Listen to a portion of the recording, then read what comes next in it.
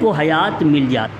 اب دل کو حیات کیسے ملتی ہے؟ یہاں پہ ایک حدیث کا سہارا امام جعفر صادق علیہ الصلوۃ والسلام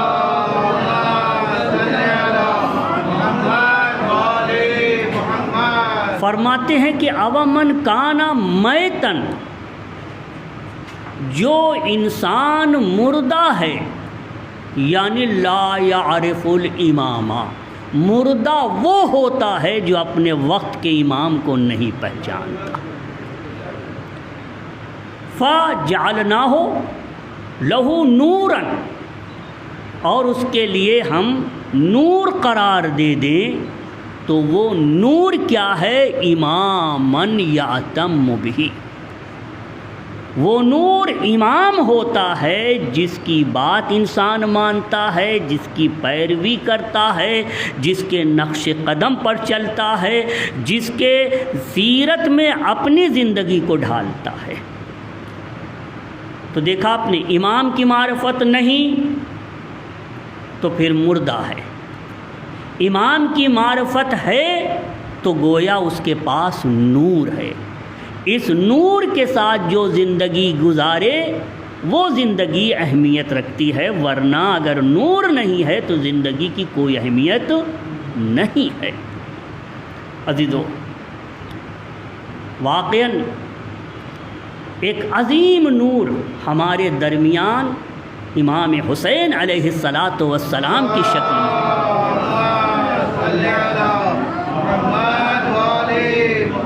یہ نور کائنات میں جگمگا رہا ہے۔ جو اس نور سے متمسک ہو گیا اس نے نجات پا لی۔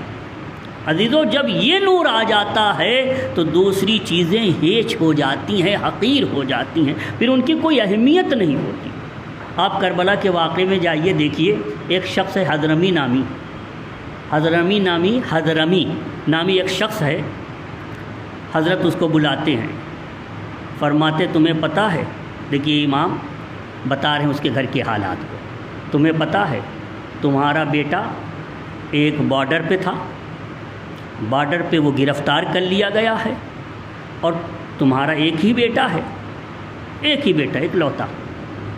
ایسا کرو، میں تمہارے لیے اجازت دیتا ہوں، بیعت کا بوجھ اٹھائے لیتا ہوں، تم نجات پا جاؤ گے اور تم ہماری ہی ساتھ محشور ہوگے۔ جاؤ، تمہارا ایک بیٹا ہے، جاؤ اس کی خبر لو، جا کے اس کو چھڑاؤ، بارڈر پہ وہ گرفتار ہو گیا ہے کسی وجہ سے، لے کے آؤ۔ امام نے وہاں کوئی علت نہیں بتائی اور اس سے کہا کہ تم جاؤ، تمہارا ایک بیٹا ہے، اسی کا اگر کوئی خدا نخواستہ کوئی بات ہو گئی تو اسی کا غم تمہارے لیے بہت ہو جائے گا، تم یہاں سے جاؤ، میری مدد و نصرت کے اس میں نہ رہو، میں نے بیعت کے بوجھ کو اٹھا لیا ہے۔ عزیزو، اس نے کہا کہ میں وہاں پر اپنا ایک لوتا بیٹا اسے ہاتھوں سے تو گنوا سکتا ہوں، دے سکتا ہوں، مگر اپنے امام کا ساتھ نہیں چھوڑوں گا، امام کے ساتھ رہوں گا۔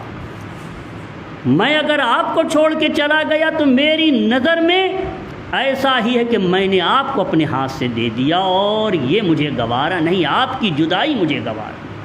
عزیزو، ایسے امام سے متمسک ہونے کی ضرورت ہے۔ جی، اولاد سے زیادہ قیمتی چیز کیا ہے؟ وہ بھی جب مولا خبر دے دے کہ اس طرح سے وہ مشکلات میں ہے، جاؤ۔ عزیزو، عظمت امام حسین کو برابر پیغمبر نے لوگوں کو بتایا ہے، پہچنوایا ہے، تعارف کرایا ہے۔ چنانچہ ایک طویل خطبہ دیا، اس طویل خطبے میں وہ دونوں بھی تھے، پہلے اور حاکم دونوں حاکم، وہ دونوں بھی تھے۔ وہ دونوں یہ کہنے لگے کہ اے اللہ کے رسول، آپ حسن حسین کو ہمیں دے دیجئے، ان کو ہمارے حوالے کر دیجئے، ہم ان کا خیال رکھیں گے، تمام اخراجات ہم برداشت کریں گے۔ آپ نے فرمایا کہ تمہیں ان کا شرف نہیں معلوم، ہاں، یہ اہل تطہیر ہیں، صاحبان تطہیر ہیں، یہ کبھی کسی اور کے یہاں نہیں رہ سکتے۔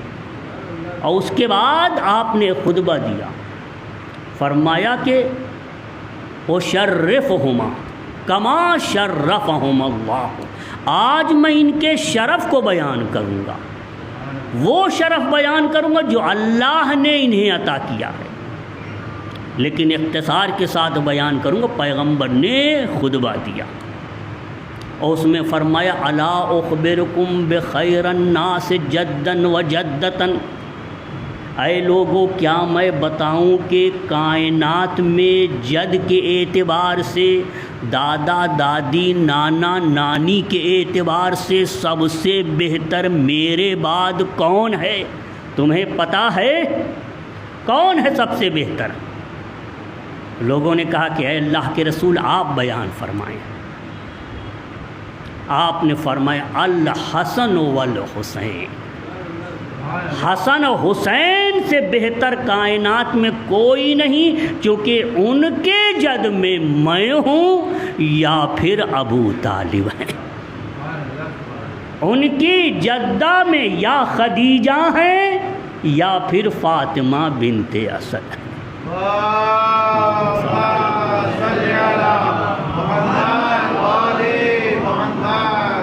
الا اخبرکم خیر الناس ابا و اما، کیا میں تمہیں بتاؤں کہ کائنات میں باپ کے اعتبار سے اور ماں کے اعتبار سے سب سے بہتر کون ہے؟ صحابہ نے عرض کہ حضور آپ بیان فرمائیں۔ فرمایا الحسن والحسین، حسن حسین ہیں کہ کائنات میں باپ کے اعتبار سے ان سے بہتر باپ کسی کو نہیں ملا، ہاں، اور ان سے ان کی جو ماں ہیں ان سے بہتر ماں کسی کو نہ ملی۔ ان کے باپ علی ابن ابی طالب ہیں اور ماں فاطمہ زہرا سلام اللہ علیہ۔